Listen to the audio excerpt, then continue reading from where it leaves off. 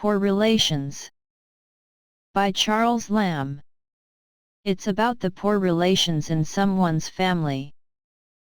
Often poor relative causes some problems in front of their guests, visitors etc. by their inferiority complex. The essay started in humorous way and ended in tragic style. In Charles Lamb's The Poor Relation, from Essays of Elia, the speaker describes the terrible burden of the poor relation on a family that was financially comfortable. A sad commentary, actually. The speaker refers first to the male relation who had no wealth or means to live as his wealthier relatives, and who would stop by invariably at dinner time, and especially upon someone's birthday. He would be fed and be able to socialize for a time. He was a burden to be borne, as was the custom, even though it was something of an embarrassment to the family, a curiosity of visitors, and a challenge to the staff that was not quite certain just how much respect was to be paid to the poor relation. Among the descriptions that convey the burden of the needy relative are, a haunting conscience, a preposterous shadow, lengthening in the noontide of your prosperity, an unwelcome remembrance, a perpetually recurring mortification, a drain on your purse. This was a man that one might wish to ignore, but that one could not, in good conscience, send away. He lived an existence with only one foot in the door, and he never stayed beyond one night at a time.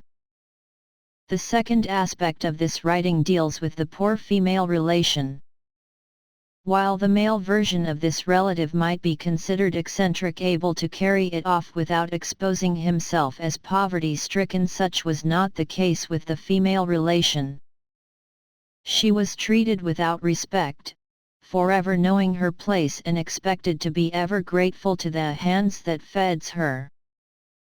She would acquiesce to the opinion of whatever man was present, e.g., the wine they should have after dinner. She was humble and sensible. The condition of her clothing was something between a gentlewoman and a beggar. Never was she allowed to forget, nor would she let herself do so, her place. Few opportunities for survival were available to women of her class and her disastrous financial condition. Even more so, she calls the servant sir, and insists on not troubling him to hold her plate. The housekeeper patronizes her. The children's governess takes upon her to correct her, when she has mistaken the piano for a harpsichord. The third portion of the writing refers to a young man at school who was required to leave the safety of that place and go to live with his father, a poor working man. His father's constant obeisance to all who were of higher standing so embarrassed the son that he joined the military service, only to be one of the first killed overseas. In the last section, the story refers to a man who spent time in the speaker's household when he was young. It was a school friend of his father's. And while they did not have much money, they were of a higher social standing than Mr. Billet. He came to dinner occasionally and was treated with respect. But once the speaker's aunt embarrassed him, insisting that he take more to eat because he did not often get it, so he should enjoy what he could. Mr. Billet was mortified. Not too long after, he died. Here we can see things from Mr. Billet's perspective.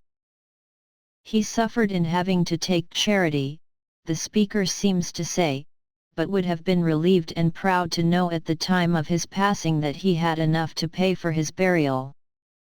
He would have felt this blessing from God. The burden of this position is deeply felt by those in need, it would seem more so than those who might resent having to give.